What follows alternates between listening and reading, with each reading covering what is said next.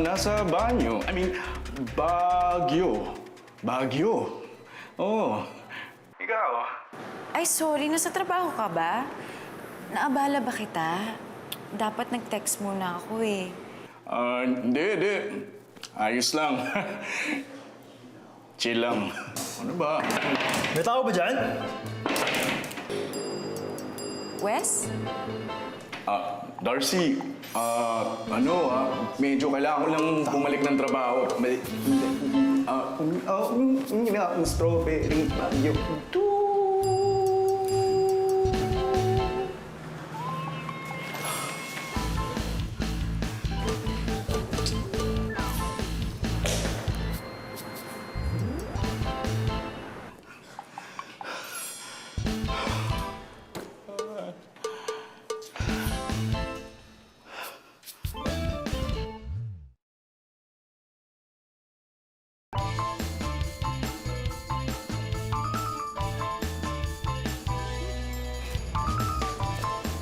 Besh?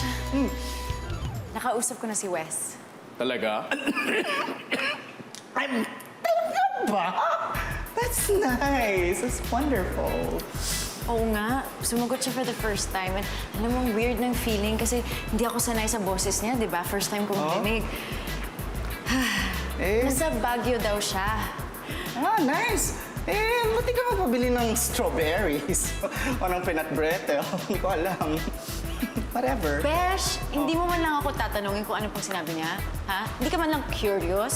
Sobrang curious ko. Siyempre, hindi naman na tinatanong yung mga ganyan. Ano mo mga sinabi niya? Kasi, ano ba? Well, Oh. wala siyang masyadong sinabi eh. Ay? Oh. Nasa trabaho kasi siya. Working hours naman pala, besh. Ba't ka naman kasi patawag-tawag ng biglaan? Okay na yung pa-chat-chat lang kayo. Di ba? Okay na yun. Hindi kasi ako makatiis eh. Alam mo yun, parang... Pero ang weird lang No. kasi feeling ko umiiwas siya. Gets mo? Bakit kaya? Siguro kasi hindi naman niya ini-expecto na mangyari. So, yun. Sa bagay, Diba? may point ka. Nasa Baguio siya, huwag mo muna guluhin. Happy ka? Yay!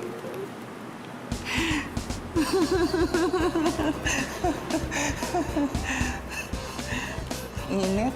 Lakasan nga natin yung air. Sira ata yung air. Hi, fake boyfie. Hi. Ma,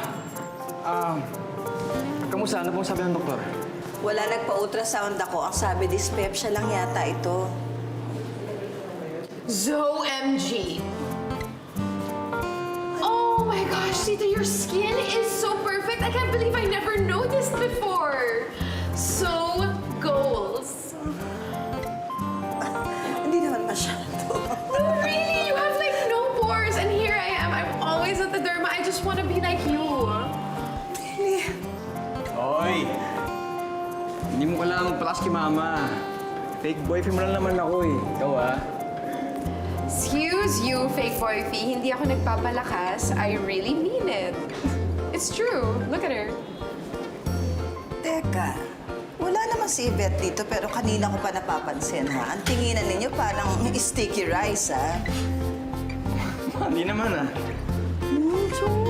Well, my eyes are naturally seductive. Oo nga.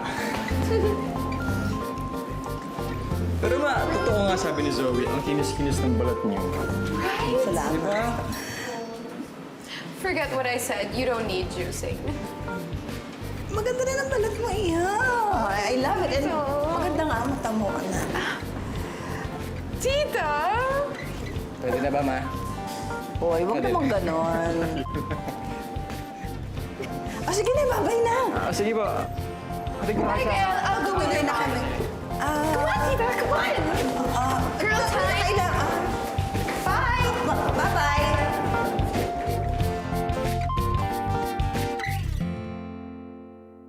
Ay.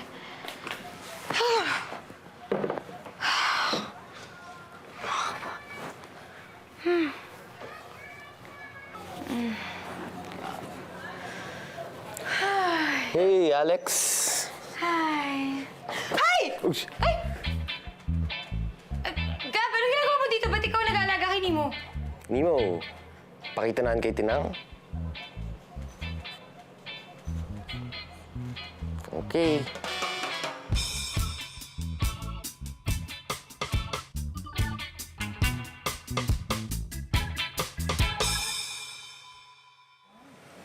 Nagpumilit kasi siya na daw magluluto. Masama daw kasi sa akin ang mapagod. Maaga rin kasi natapos yung shoot namin. Nagpack up ng maaga, kaya ito. Nemo, papasa naman ng carrots, please. Okay, thank you. Yun. Salamat. Kaloka? Ideal future husband material lang ang peg? Gwapo na, nagluluto pa? Nagluto ka pa, ikaw palang ulam na.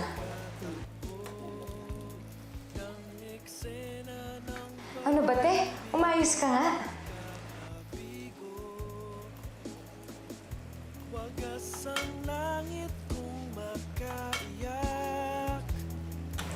Okay ka lang, Alex?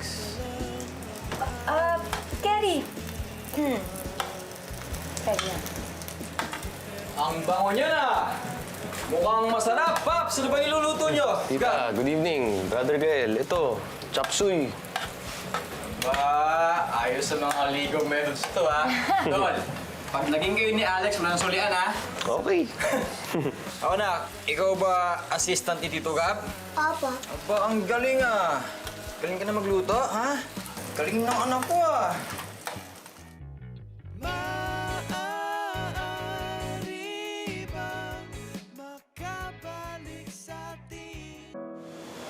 Nak, uli na.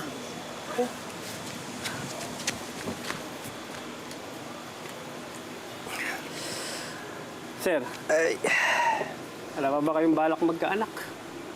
Nako, asawa ho muna siguro. Sir, sa itsura niyong yan, madali na lang po para sa inyo. Kanina nga po, narinig ko yung mga dalaga doon sa labas. Pinagkukwentuhan kayo, ngayon lang po kasi nakakita ng mistisong kagaya niya. Baka naman po mapili kayo. Hindi naman ho. Siguro, hindi lang talaga tayo pinapalad. Sir, matanong ko lang po. Nakakailang nobya na po ba? Marami pa ho ba kayo nito? Ganun kadami? Meron akong isang kababata na naging girlfriend ko. Okay, saan mo mas gusto? Sa taas o sa baba? I don't think it matters where we do it. It matters how. Zoe, tinatanong ko lang kung saan mo mas gustong i-set up yung dinner. Sa veranda ba sa taas o sa dining dito sa baba? I'm sorry. Iba yung nasa isip ko. Okay lang. I don't mind. Maganda yun. Sarap kasama.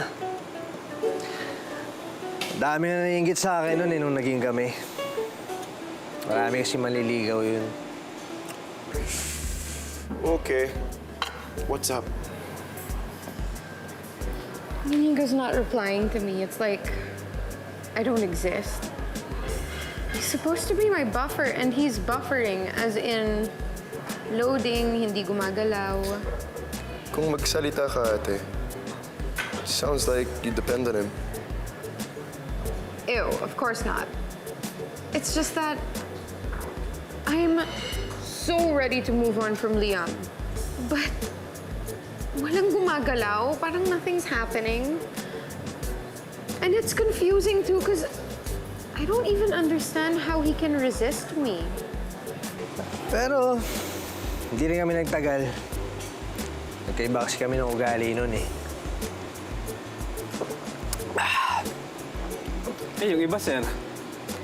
Yung isa ko namang naging girlfriend, sobrang astig nun. Alam mo ba talaga yung ginagawa mo? Kaparehas lang naman to sa tao. Eh, dapat kasi nintay na lang natin si Liam at saka si Moy. Relax ka lang, chill ka lang, hinga ng malalim. Sigurado ka, ha? Oo naman. Ako pa ba? Teka! Anong ginagawa mo sa dalawang baboy? Hoy!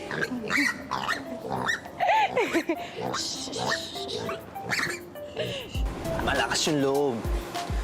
Kaya-kaya niyang mabuhay mag-isa. Pakiramdam ko nga, hindi niya talaga ako kailangan eh.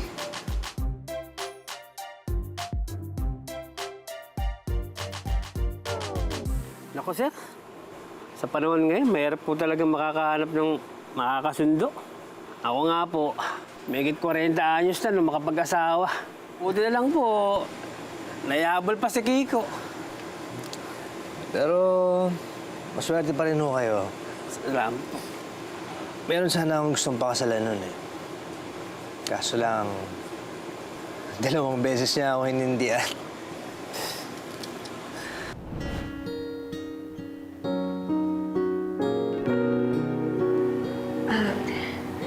Liam, hindi naman sa hindi, pero hindi muna ngayon. Naiintindihan mo naman siguro ako, di ba? Hanggang kailan ba ako second priority mo? Alex, gusto ko pang mauna sa buhay mo.